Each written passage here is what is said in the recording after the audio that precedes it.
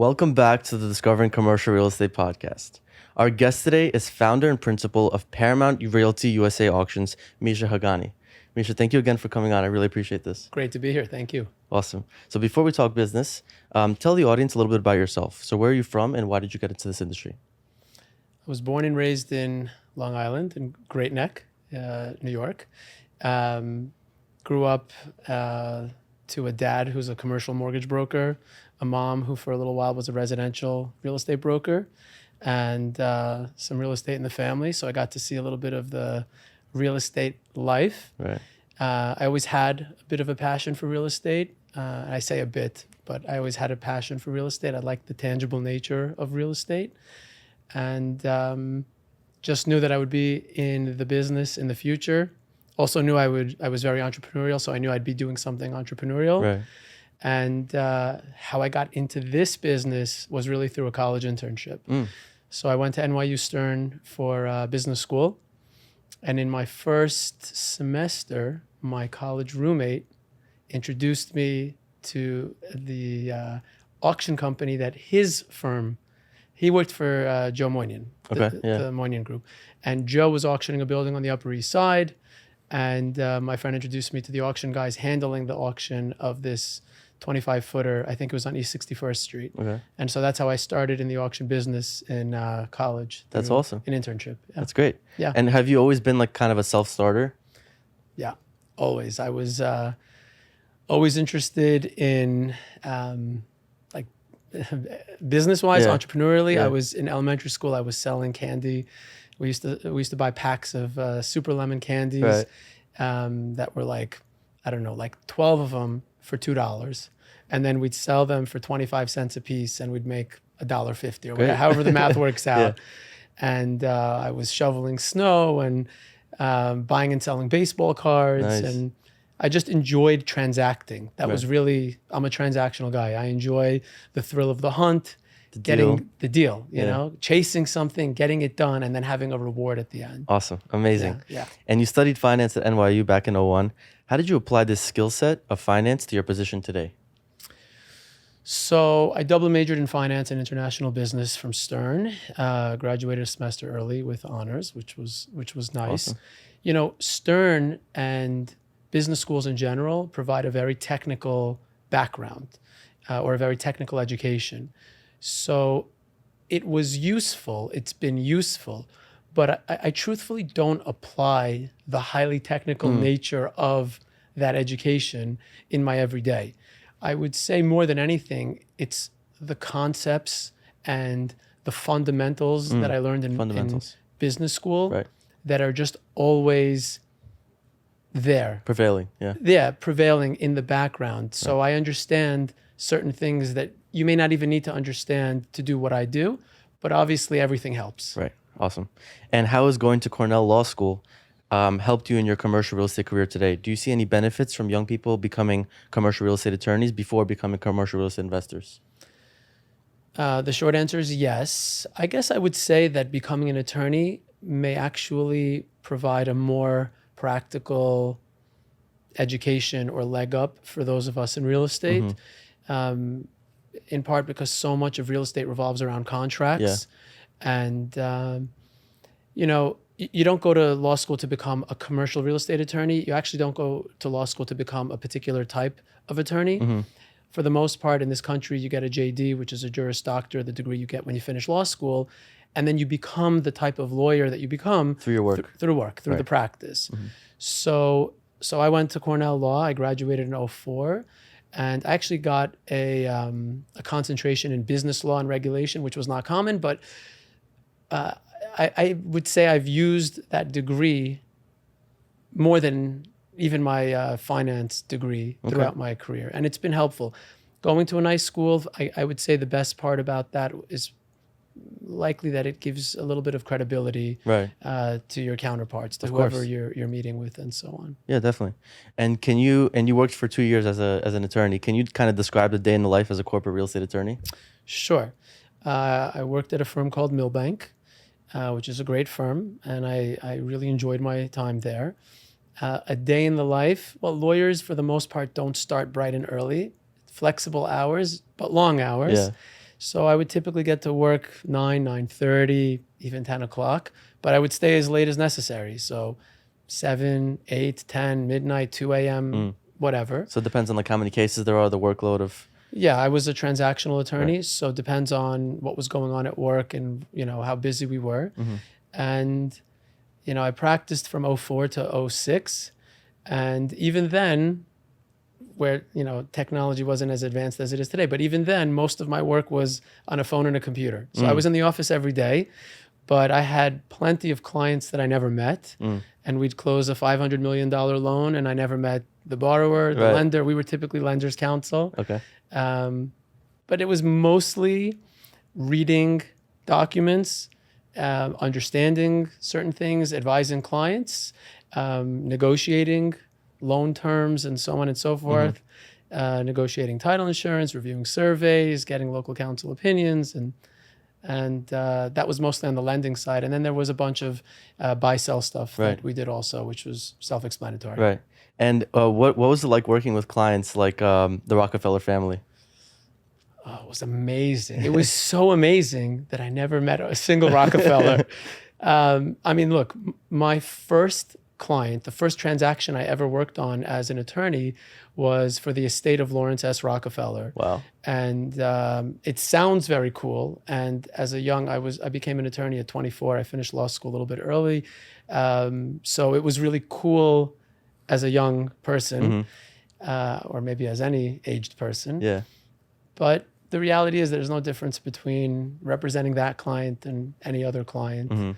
So the cool thing, I think the coolest thing that I did in connection with the Rockefeller family, which family is a huge client of Milbank's for at least 50 years.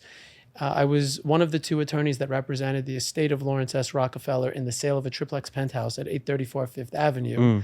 In July of '05, that closed for $44 million. The buyer was Rupert Murdoch and his wife. I believe Wendy is her first name. And at the time, that was the most expensive single-family home sale in the state of New York. Oh, wow. So that was very cool. That's sick. And I saw the broker's commission, and it was like $1.6 million. And I can was only like, imagine. wow. I mean, I'm at Milbank working at a really good law firm, Right. and I'm making X, and then this lawyer's making like Didn't 10 even go to law times school. X. And but that's what brokerage is. Right. Coincidentally, we held the record for the highest sale price in New York for like a month at $44 million. And then a month later, I believe that record was broken by a house in the Hamptons that sold by auction by the company that I had interned for in college. Oh, wow. And that I ended up going back to work for. Wow, that's just amazing. a small, overlap in, Life has a crazy way of working yeah, out. that's life, Uh-huh. Cool. 100%. And can you discuss a particularly challenging case that you kind of worked on as a corporate real estate attorney? Something that sticks out to you? Yeah. So we call them transactions, not cases. Cases are, for the most part, for litigators. Got it. Okay. So in transactional, I think my hardest transaction was really my first non-real estate loan. What we did a lot of in the group that I was in, fairly nuanced, but basically collateralize the real estate portion of a larger loan. So like if an energy company or if some other company that wasn't in real estate was borrowing $200 million or $750 million from JPMorgan, which was a big client of ours, the corporate group at Milbank would represent or would serve as lead on the loan, but the real estate group would handle the real estate portions I see. of that financing. Okay. And I remember the first transaction was just, I didn't understand what we were doing, Right. And so understanding what our place in the larger transaction was, initially, no one really explained it to me well. So I just didn't get it right away. I see. And that was probably the hardest thing I did. Otherwise, it was more about time, and it wasn't incredibly complicated. It was just the effort, It was just effort and using the skills you learned to provide the client to the service. Got it. Understood. Provide the service to the Service to client. the client. Of course. Understood. And can you kind of walk us through how your experience at Sheldon Good prepared you to be a principal and a real estate entrepreneur with Paramount? So at that auction company, the business was kind of divided into two groups. And one was a business development function, to bringing in the deals. And the other was called project management, more of an execution function, execute the deals. And I think for a very long time, for decades before I got there, that's sort of how the business was split. One group brings it in, another group executes. And then around the time, maybe the year before that I joined the company, or I rejoined after practicing law, the then chairman of the company had essentially created a new role, which was like a liaison between both groups. Okay. And it wasn't common at this, I think at the time, 50 or 60 person company, boutique firm. Right. And I was the second person hired into this role. There was one person in Chicago that served this function and one in our New York office. And the short of it is that I was able to work on both sides, business development and execution. Whereas, like I said, most people didn't get to do that. Just it was get one either side, A or yeah. B, and I got to do both. Awesome. And in a few years, I was able to see, I think, just because of the role that I had, Right. much more. And so it really fast-tracked my education of in that business. Awesome. And that really helped me, I think, fast-forward my growth and helped me hopefully excel, Definitely. when I started my own business. For sure. Yeah. And can you give us a little rundown of what Paramount is? What's kind of the gap filled in the market by this company? Sure. So Paramount is a prominent national auction firm. We specialize in marketing and selling luxury and commercial real estate by auction. We have two pillars. One is the seller and one is the listing agent. For the seller, our objective is to reach the widest audience, create urgency, and maximize value on a timely basis. For the listing agent, what we're doing in turn is helping those listing agents, because we partner with them, we collaborate with them, we don't replace them, which Right. is something we used to do, no longer. For the listing agent, we're helping them make it more likely their listing sells, helping them sell their listings faster, Reduce the time. reduce the time it takes to sell, Right. and making it more likely that the deal sells direct. So no buyer broker, which means the listing broker actually is more it. likely to make more money with more us money, yeah. at no cost to listing brokers.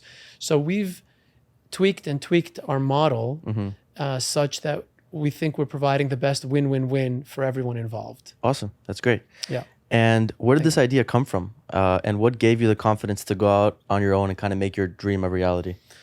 Well, the idea of auction came from the internship in college. Right. And I'll tell you, from the first time I learned about this business, You were interested in it? I thought it was not just interested, but I just thought it was so much more efficient than traditional brokerage. Right. Because I had some exposure to traditional brokerage earlier. Right. And I just thought it was a very time-consuming and inefficient process, even though it's the main method for selling real estate is traditional brokerage. Right. But it's a thankless job. The job of a broker is very difficult. And, technology has clearly made it more efficient, but it's still very, very inefficient. Inefficient, yeah. I love the process of an auction because it has a beginning and a middle and an end. And if you implement it properly, you're going to generate market value for the client, which is the seller. Right. I'll tell you actually, a quick story. When I first got into the business as an intern in college, I told my grandfather about the business and he thought it was smart. And he had a property that he had purchased like 30, 35 years earlier. And let's just say it was worth $1 million. Okay. And over 30 years, he had a neighbor that would call him every couple of years and say, "Hey, Fred, let me buy this property from you for $800,000. Right. And my grandfather would say, "No, it's not for sale. I'm not really interested in selling it. If you give me $1 million, I'll sell it. Otherwise, Right. 800." And that lasted, let's say, 20 years. And when I told him what I was doing, he said, "That's interesting. Let's try auctioning this property." Okay. So he hired us when I was in college, and we started the auction process. And 2 weeks into a 6-week marketing process, the neighbor called my grandfather and said, okay, Fred, enough. I'll give you $1 million. Oh, wow. Cancel the auction. Right. I don't want to compete. I don't want to go through this I process. see. I'll give you the $1 million, give me the property, and let's call it quits. And he did, and he sold it. And I thought that was amazing because Right. it really, really served as a trigger, as a mechanism to get the guy to Put the get sense off of his urgency seat. in there. Totally. Our business is all about creating urgency Right. on behalf of buyers. And it worked. It worked really nicely. Awesome. Great. Sure. And can you walk us through the process legally from day one when a property owner decides to list their asset up for auction to when the deal is closed? Sure. It's quite similar to a traditional listing broker's process. We are auction companies. We're really a subset of brokerage. Okay. As far as the legal process goes, we only operate on an exclusive right to sell basis. So sellers hire us. They give us what's called an exclusive right to sell. We market the property. We do all the things on the business side and on the marketing side that we do to reach buyers, create that urgency, get them into our funnel, run the process, provide access, tours, provide due diligence so buyers are informed, provide copies of the a form of the contract of sale so buyers know terms of sale, and then run the actual auction. We have a Okay. few different formats of our auctions. Identify the high bidder and the high bid price, and then get the buyer and seller into contract. Perfect. And then move to closing Off just the like you would races. in a traditional sale. Got it. And how do so the incentive for listing agents is that they sell their assets quicker and they get the highest and best offer that they can. Right. And it started out different, you said. It did. Thank you for paying attention. Not everybody does. Yeah, we used to compete with listing brokers. Right. Our pitch used to be to sellers direct. Right. Hire us, implement an auction. Cutting It's out better. the listing agent. It's yes, cutting out the listing broker and cutting out the traditional brokerage process on the premise that our model is more efficient and it's better for you and it's a faster way to get market price and so on.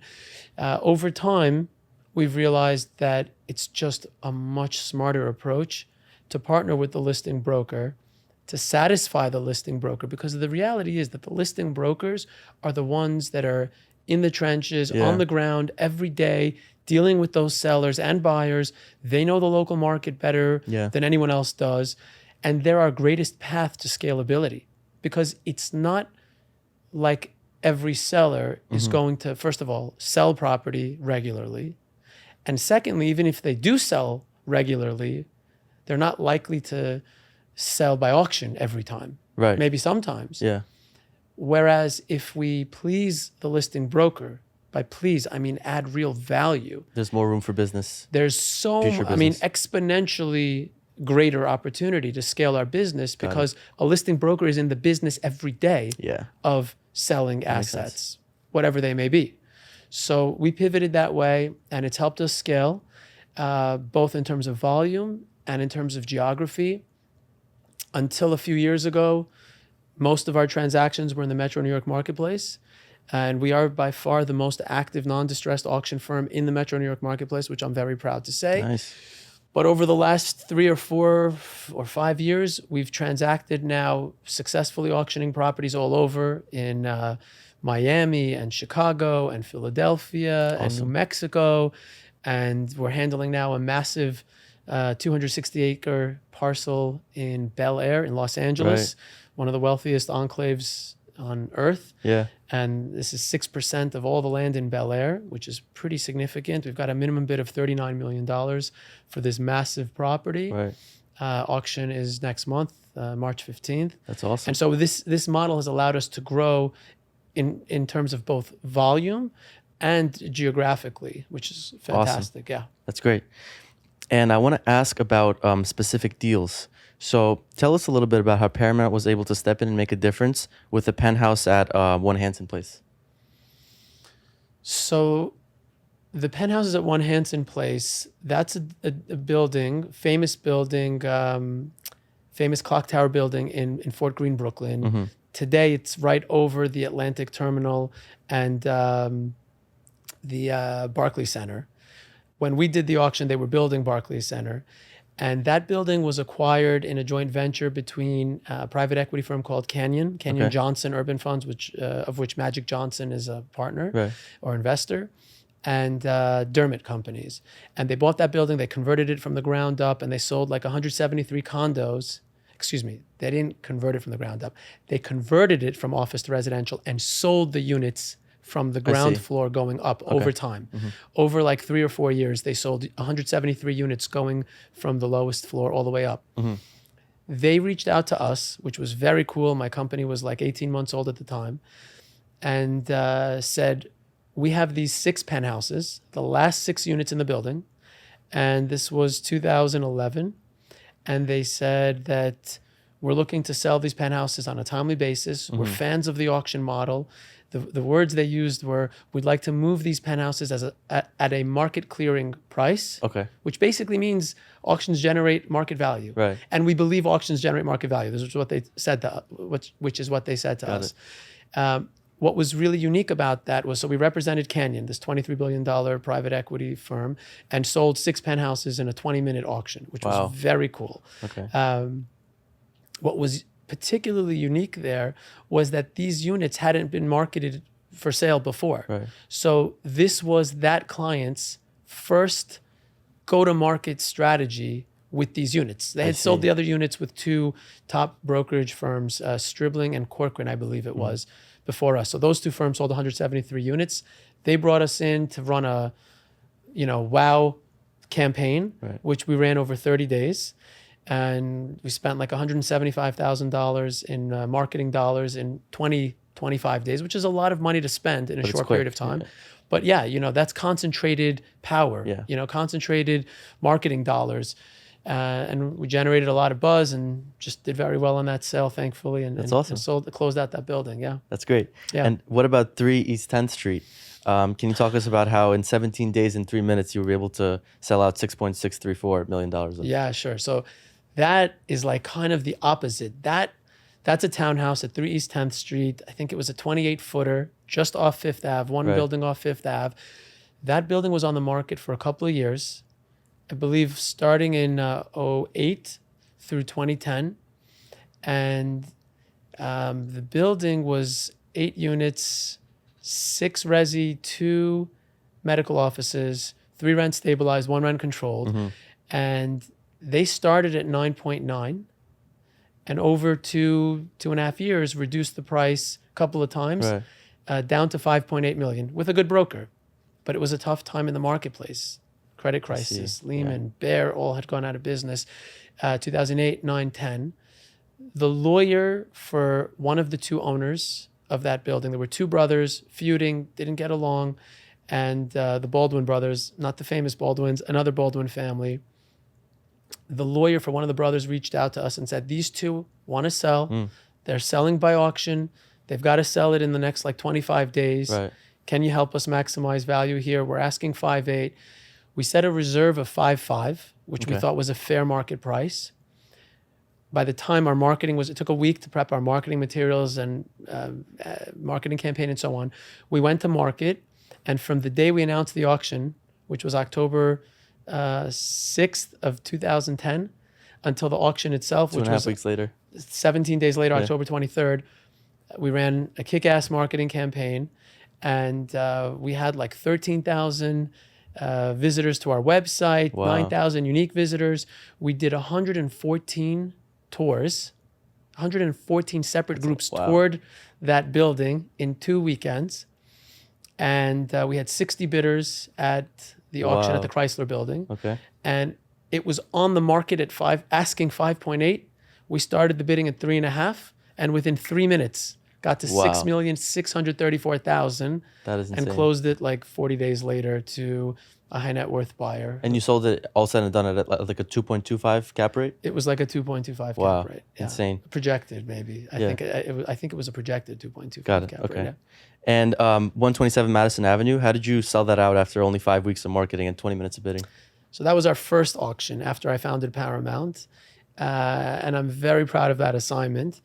It was the first time a developer, the auction was June 27th of 2010.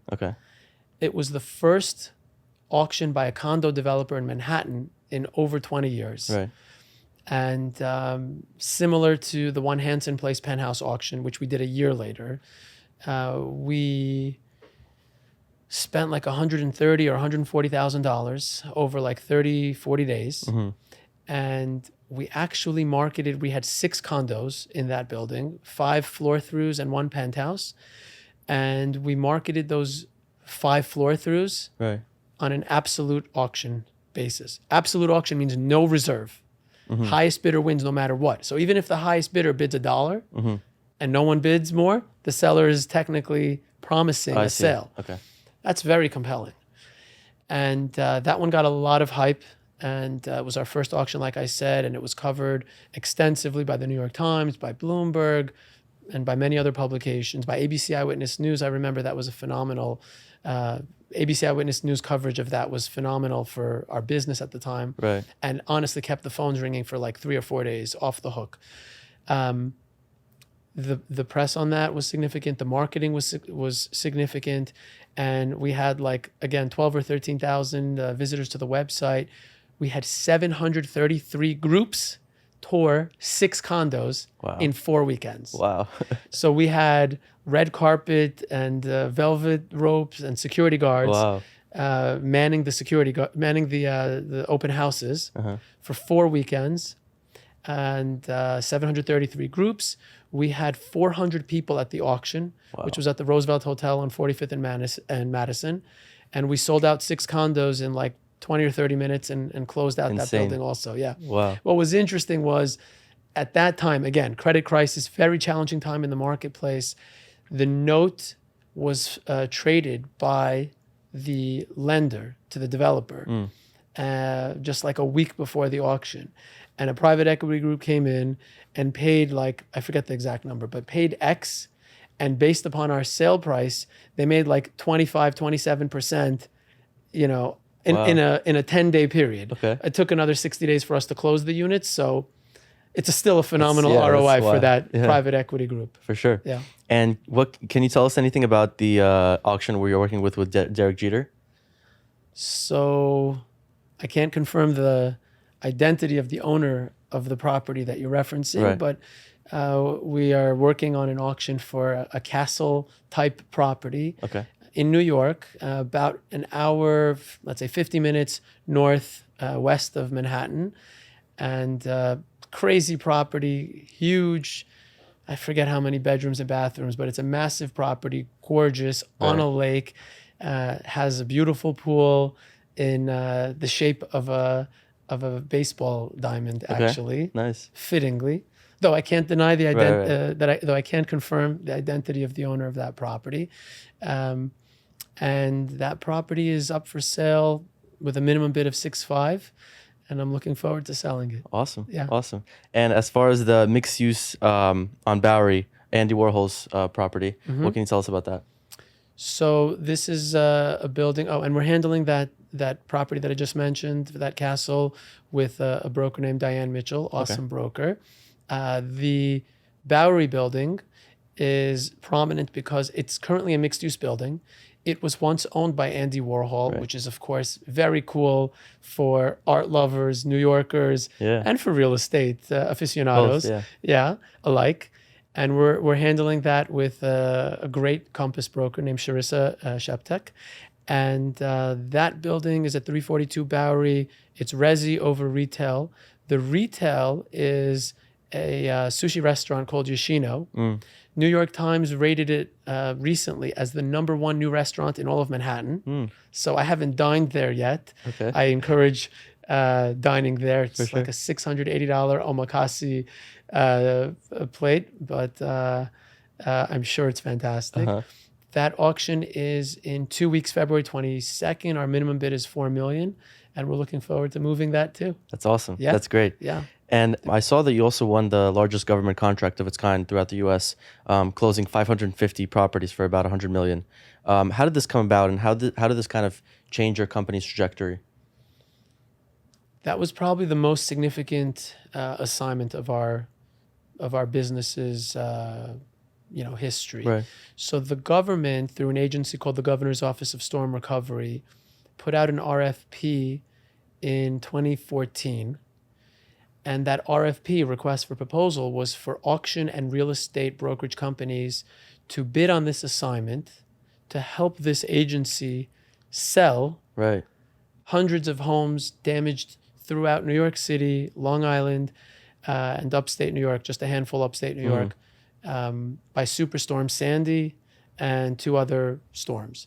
And it's part of a larger program. In the wake of Superstorm Sandy, basically states created their own versions of FEMA Okay. to centralize disaster relief recovery efforts. Okay. And HUD gave to New York like 8.8 billion. 36 billion was administered to like 12 states. Right. New York got something like 8.8 billion. Governor Cuomo created an agency called the Governor's Office of Storm Recovery.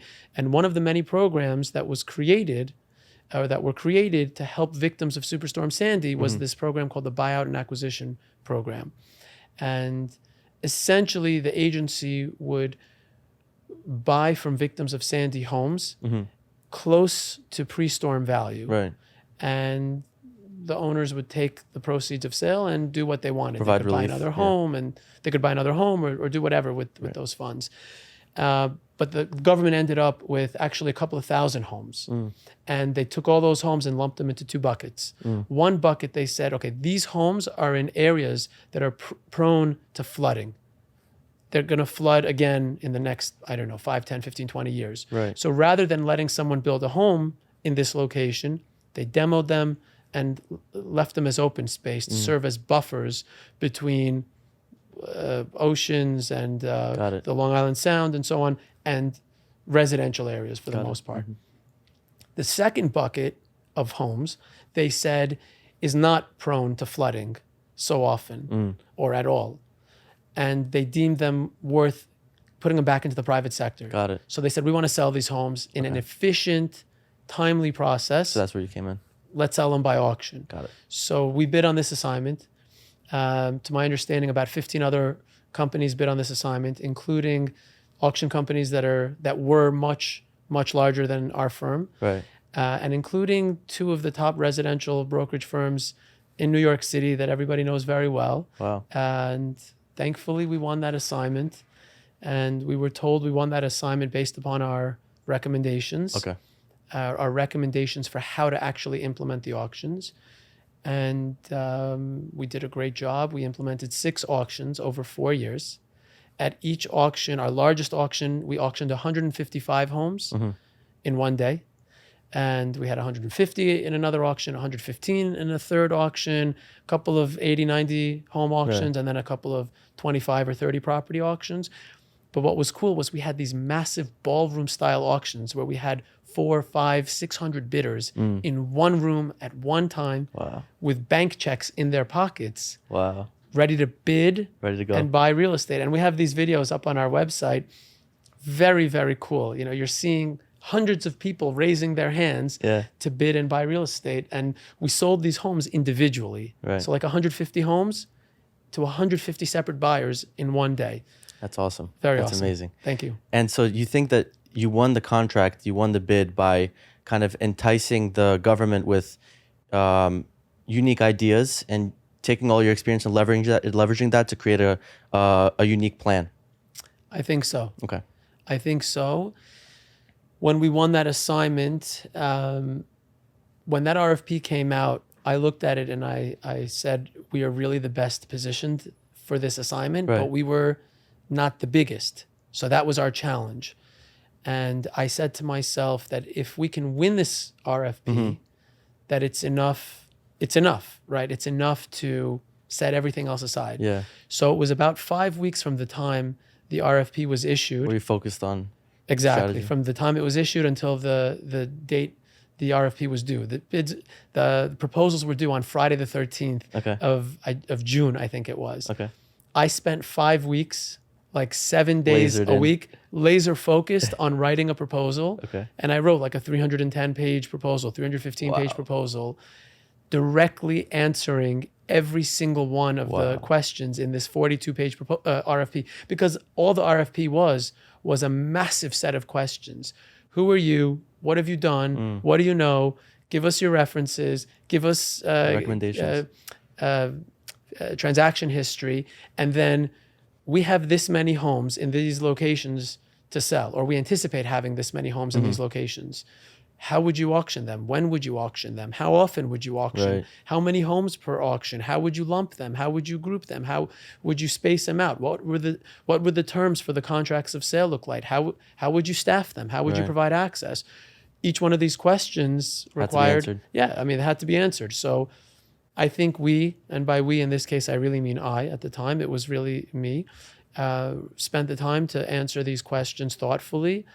And I think we provided the best plan to maximize value and achieve the disposition objective set forth by the governor's Awesome. office. Definitely. And it is the professional accomplishment that I am to date most proud of. That's great. That's Thank you. awesome. And I want to ask about crypto integration. Do you see any room for crypto integration into auctions? How that can play out? I do. I mean, it's a natural fit. Auctions are all about efficiency. And, we a couple of years ago started implementing online auctions as one of our 3 formats. Right. So people click, buy, Easy. right? Easy, right? I wish it were that easy, but it's certainly easier. And so integrating crypto just makes more efficient one more step in that process. I think it's only a matter of time. I mean, we've actually been looking into this with a crypto JV partner to joint venture and offer this exact service. As you know, the crypto world lately is Shaky. shaky's Understatement. But, there are some that have recently started off, not recently, let's say more than 6 or 12 months ago, started endeavoring to offer real estate for Right. sale and compensation by crypto, consideration by crypto. I think it's just a matter of time. Got it. Understood. And who do you learn from at this point in your career? Whomever I can. Great. I try to read as much as possible. I listen as much as possible, interviews by industry players. My father always said you should really try to leave every conversation having picked up something, Right. From whomever. And they could be younger than you, they could be less experienced. Yeah. Obviously, the opposite is more true, So the more experience someone has, the more likely you are to learn from them. But you can learn from anyone. And 100%. I love being a student. I really do. I think I'm a great student. I think I'm a quick study, and I do like to study people and Right. businesses and see what they're doing and doing well, and how I can emulate and learn from the person or the company or the Definitely. model, and what lessons I can take from 100%. experiences and conversations and podcasts and whatever, For sure. transactions. Yeah. And do you think the key to that is really to put your ego aside and understand that you don't know everything, even if you're very experienced, you can always learn something new? 100%. I mean, look, if your objective is to succeed, your ego should be Out the door. out the door, pushed out the way. Right. Because nobody knows everything, obviously. And the more you learn, the more success you'll have. True. So Yeah. open your eyes, close your mouth, Right. and pay attention. Got it. And how do you go about setting goals for yourself and for your team? Easier said than done. Right. Qualitative goals are important. So it's important to say, or more importantly, to write what you want to accomplish, and ideally by when. Right. But quantitative, more specific goals are probably more important, just to hold your own feet to the fire and keep you on track. So if you're at X and you want to be at 2X within 3 years, Yeah. then you constantly ask yourself, I'm at X, we're at X, and we need to be at 2X. How can we get there? How can we get there? Yeah. And is what I'm doing now consistent with that Yeah. objective? If it's not, out the door. Don't waste your time. Got it. And if it is, then push it. And if there's one thing you could do that's more consistent than the alternative, then you focus on the thing that's more consistent with your objective. Got it. So would you say that you continually analyze the processes that you're doing and see if they're actually benefiting you and your goals? Never enough. Right. I do. We do. And we have team meetings Right. 3 times a week, and we set aside specific time to analyze what we're doing, how it's working, how can we iterate, how can we improve. I do that much more in the last few. I am much more focused on that in the last 3 to 5 years. Got it. Really 3 to 5 years than I ever was before. And I think it's important because Of course. only through this like review, a rigorous review of what you're doing, how it's working, how it's not working, will you really be able to improve and cut out the stuff that doesn't work and do more of the stuff that does 100%. work. Yeah, 100%. And what makes a good leader and a good principal? I think it's important for a leader to be respected by their team. It's important to know your objectives and be clear in communicating those objectives to everyone, to your team, your company, to your clients, to your counterparts. Because the more clarity, first of all, the more clarity you have for yourself, the easier it is to convey that to all those that I just said, your team, your company, your clients, your counterparts, whoever you're dealing with. And the more clear you are to all of those parties, the more likely you are to have success. Because if you're clear to your team, then they know what they're working on. Yeah. If you're clear with your counterparts, then they know what to expect. And expectation is really paramount, as I like to say. Setting up expectation is really, really key with everyone you deal with. Awesome. Got it. What is the most difficult real estate asset class to master, would you say? To fully understand? Probably the asset class that's most hybrid between real estate and operating business, which is a hotel. Yeah, for sure. You know, I mean, that's probably the most difficult asset class. Because it's two separate businesses that you're trying to because it's not just real estate. Right. It's really that operating business that one really needs to understand in order to thrive in that business. Yeah, for sure. And if you had to go back and do it all over again, start your career again from scratch, what would you do? I would fail faster. Okay. I would try more things sooner and see if they work and didn't work. And if it didn't work, say, okay, no problem. On to the next. Move on. You know, I've been more conservative at times. And that's part of my growth, right? But I've definitely tried different things and definitely failed, which is awesome. Because then only through experience can you learn what doesn't work and what does work, and then speak from a place of actual expertise, a place of, with confidence. I would probably do more of that sooner. My mom would say that you didn't need to go to law school at all. Oh, okay. You know, I don't need a college degree to do what I do. Right. So you could say that the sooner you start, the sooner you thrive, right? You can't really say, I'm not going to say I wish I didn't go to school because you don't know how things would have worked out. You never know how things would have worked out. And the schooling maybe helped me see things in a different way. Right, true. The schooling maybe helped me have more credibility, and maybe it helped me grow faster and succeed faster. True. So who knows? Definitely. And Misha, I asked your brother this question, so I'm curious what you have to say about this. How do you recognize an opportunity you want to go big on? Is it based on intuition or is it based on facts? I mean, a little bit of everything.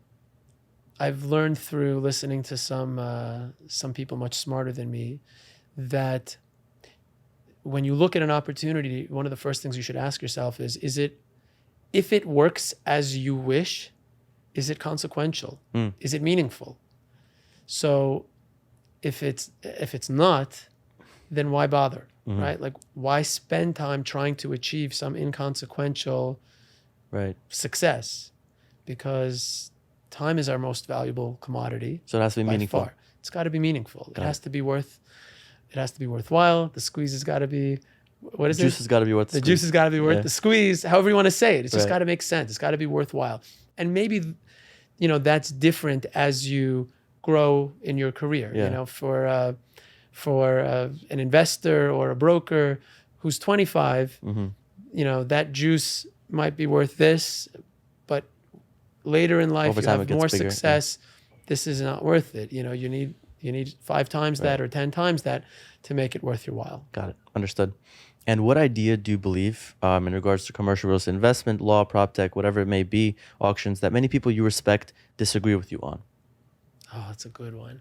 I got a great answer for this one. Okay, great. In 1997, when I first got into auctions, nobody said much. Okay. And you'll see what I mean in a second. After finishing school, practicing law, and then getting back into auctions, I rejoined auctions August 21st of 2006. Some of my friends, and definitely my parents, said, you went to law school, you're working at this law firm, it's prestigious, you're representing these, great clients. What the heck are you doing going back to auctions? Going into auctions. What is this? You're wasting your time and your energy. And that was the case until, let's say, around 2017. I would say at least 90% of every conversation that I had until 2017-ish with industry professionals, developers, owners, brokers, anyone, they would say auction. It's with doubt. Yeah. With doubt. Yeah. Why auction? Why would I auction? I'm not in distress. I'm not in foreclosure. There's no bankruptcy here. Why would I auction? I'm not auction. Right. No, I'm not doing that. Auction's a 4-letter word. One developer almost threw me out of his office, even though they asked for the meeting or they confirmed the meeting. Like this one developer I remember. And I'd love to name them, but I won't. Okay. But really everyone, 90+% of every conversation for over a decade said no, why auction to us? To me. But in around 2017, it literally inverted.